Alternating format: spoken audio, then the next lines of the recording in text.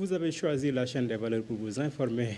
Merci de votre fidélité. 20h, l'heure de la grande édition du soir. Tout de suite, les titres. À la une de l'actualité, bras de fer entre l'État et le CEDEPS, la Commission culture et communication de l'Assemblée nationale a rencontré les patrons de presse afin d'échanger sur leurs doléances avant de rencontrer les autorités étatiques dans le but de maintenir un climat de paix entre les entreprises de presse et le gouvernement. Dans le cadre de la sécurisation de l'assiette foncière au Sénégal, un projet cadastre et sécurisation foncière a vu le jour dans la commune de Morolan, département de Tivaouane. Une initiative de l'opérateur foncier de la grappe du Grand Dakar, saluée à sa juste valeur par le maire de la commune. Insécurité galopante au Sénégal, nombreux ont été les cas d'agression notés ces derniers jours à Dakar et sa banlieue. Pour cause, selon certains, la crise des valeurs et d'autres parlent de l'échec de l'éducation parentale. Nous reviendrons dans cette édition. Voilà pour le sommaire. Mesdames et messieurs, tout de suite, le développement.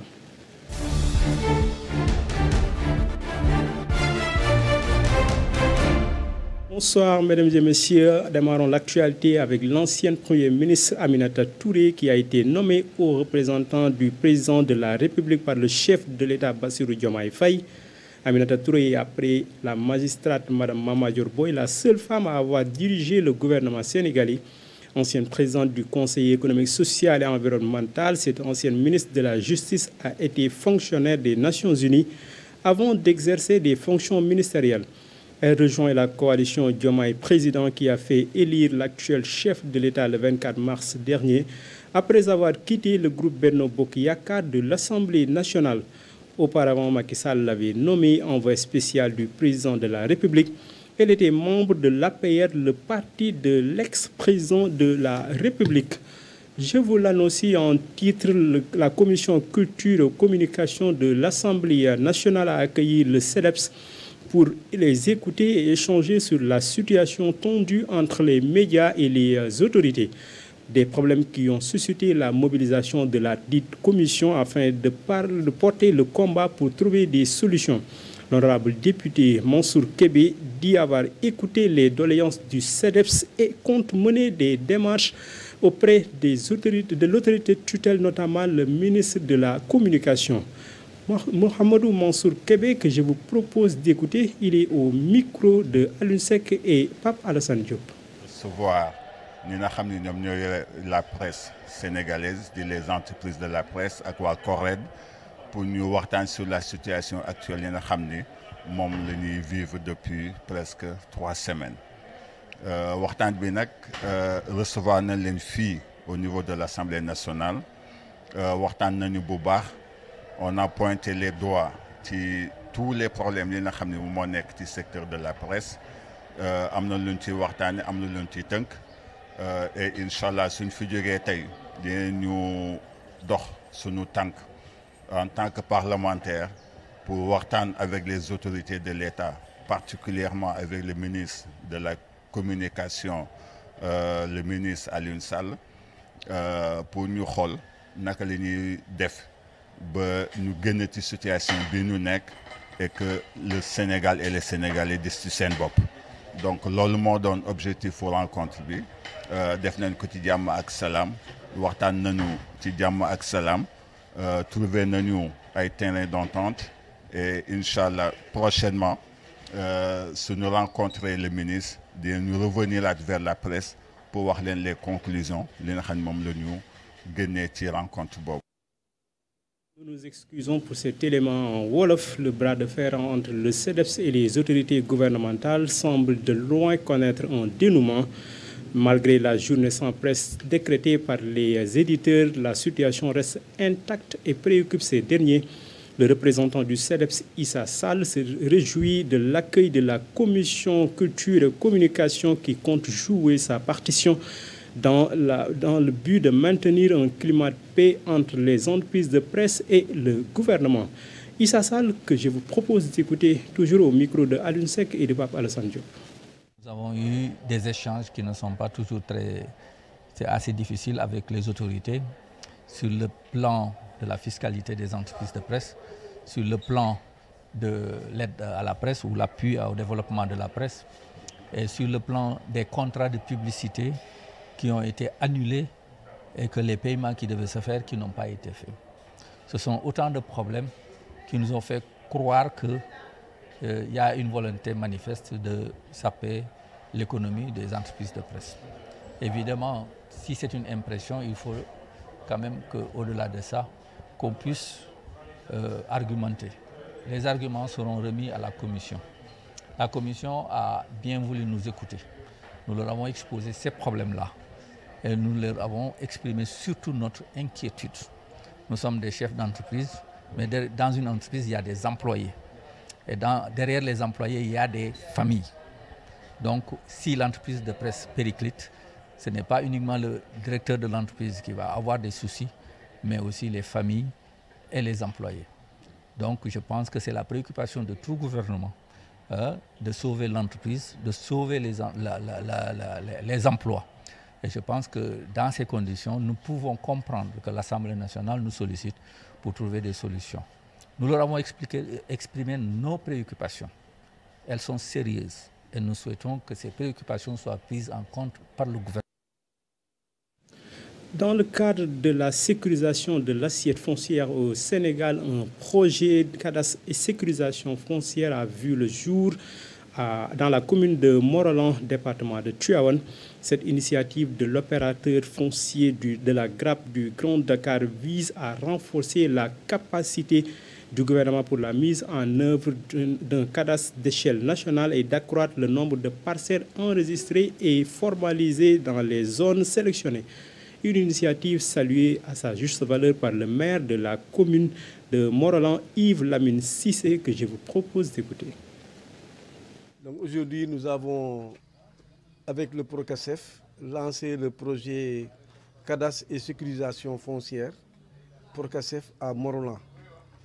Et nous rendons grâce au bon Dieu, mais nous remercions aussi l'État du Sénégal qui est à l'initiative de ce grand projet, donc qui va accompagner les communes du Sénégal pour mieux gérer le foncier. Je pense que c'est très important pour nous, parce qu'avant, nous, on a toujours revendiqué, en tout cas, ou bien demandé qu'il y ait un cadastre rural.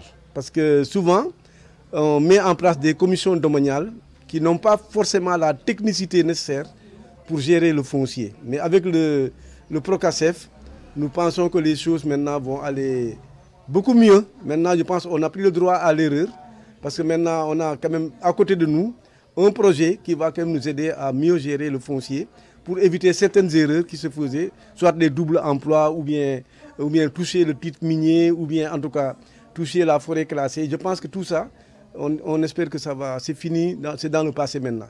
Maintenant, ça va nous aider aussi à mieux avoir une idée de notre territoire, de notre terroir, parce que après cela aussi, il y aura on va renouveler, on va donc mettre à jour notre POAS, c'est le plan d'occupation et d'affectation des sols. On va mettre ça en œuvre pour que la commune de Morolan soit mieux gérée de façon du point de vue foncier. Ils sont au nombre de 80 jeunes diplômés qui ont été retenus par l'entreprise Dangote Ciment à l'issue d'une sélection rigoureuse.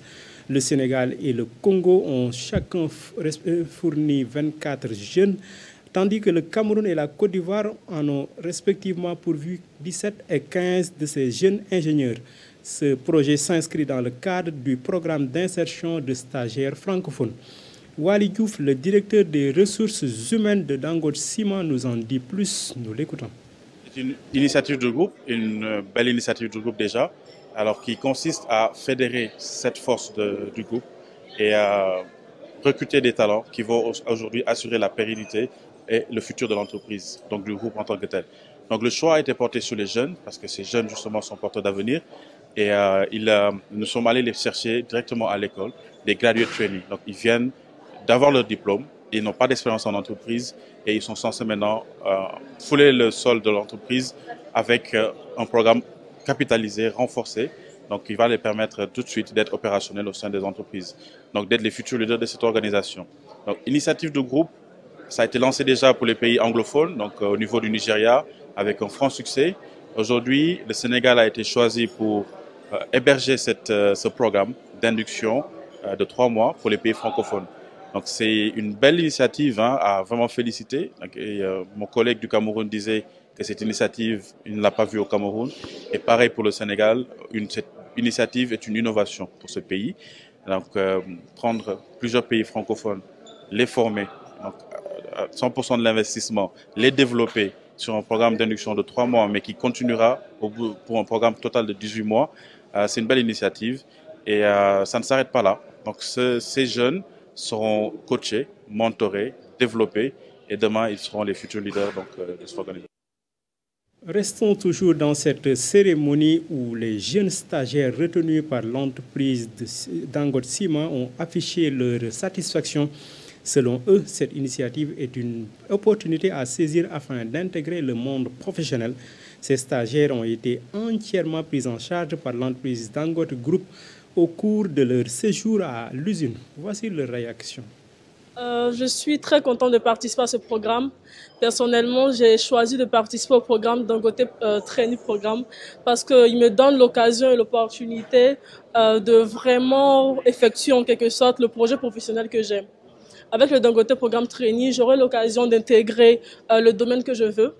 Je pourrais faire une rotation dans tous les différents services et je pourrais vraiment avancer dans mon projet professionnel. J'ai pour projet professionnel de devenir un jour DCH. Voilà. Je suis vraiment ravie de participer à ce programme-là qui s'appelle Graduate Training, qui va nous permettre non seulement de faire un stage, mais aussi d'avoir l'opportunité de subir une formation et de plus savoir des choses dans la cimenterie et aussi pouvoir dans quelques mois ou bien dans quelques années être vraiment des leaders et des gens compétents qui peuvent développer Dangote Ciment. Je suis ingénieur en mécanique énergétique et ingénierie et donc je tiens donc à remercier Dangote et le groupe Dangote en général de nous avoir donné cette opportunité. Ces genres d'entreprises sont rares en Afrique, particulièrement dans notre pays. Pour moi, c'est comme un rêve qui s'est réalisé, parce qu'après ma formation, je disais que je cherche une entreprise qui pouvait me prendre, me former, afin de devenir le leader qu'il faut. Notre reportage du jour s'intéresse à l'insécurité qui s'intensifie de plus en plus dans notre pays. Nombreux ont été les cas d'agression notés ces derniers jours à Dakar et sa banlieue. Pour cause, selon certains, la crise des valeurs et d'autres parlent de l'échec de l'éducation parentale. C'est un reportage signé Mbaye Diagne et Cheikh Omar Tall. Devenu un élément presque banal du quotidien au Sénégal, avec une montée en flèche qui inquiète, pour certains, ce phénomène trouve ses racines dans la dégradation des valeurs sociales. Beaucoup de ces jeunes utilisent ce qu'ils n'ont pas. C'est la raison pour laquelle ils font des choses horribles. Faire des actes ignobles ont toujours existé et cela évolue au sein des gens, d'où la nécessité aux parents de veiller à la protection des enfants. Je peux dire que c'est à l'usage de certains stupéfiants que les jeunes utilisent aujourd'hui, parce qu'il y a des choses, quand on les utilise. D'autres pointent du doigt les parents accusés d'avoir échoué à inculquer une éducation solide à leurs enfants, ce qui aurait contribué à cette dérive. Ils vont contourner l'esprit. C'est la raison pour laquelle on voit toutes ces choses horribles. Dans la plupart des maisons, les parents n'y restent pas. Ils partent travailler. Et à la descente, ils n'ont pas le temps de surveiller leurs enfants. Et maintenant, tout le monde est concentré sur les téléphones. Au niveau des salons, tout le monde passe son temps à manipuler son téléphone. Mais aussi, il y a ceux qui ont abandonné leurs enfants. Mais l'éducation de base doit commencer au sein des maisons avant de se propager dans les rues. Au Sénégal, on voit parfois même des vieux qui sont indisciplinés. Entre la perte des valeurs et l'échec éducatif, la population réclame le retour de la peine de mort comme solution pour éradiquer ce fléau. Qui font des choses très indisciplinées. Et il suffit de voir ces choses pour s'en rendre compte nettement qu'il ne peut pas éduquer un enfant. Alors ce qui peut éradiquer ce fléau n'est rien d'autre que de trouver un terrain d'entente afin qu'on puisse établir des lois de sorte que toute personne qui tue quelqu'un, qu'on puisse l'infliger des peines qui correspondent à son acte. Même Dieu a demandé à ce qu'on tue celui qui a tué quelqu'un. Quand on tue une personne, le meurtrier doit être tué aussi. Il est temps qu'on applique la peine de mort. C'est la seule solution pour pouvoir éradiquer. Face à l'augmentation alarmante de la criminalité, des mesures drastiques sont réclamées. Mais la véritable question demeure. La répression suffira-t-elle sans une refonte des valeurs de l'éducation?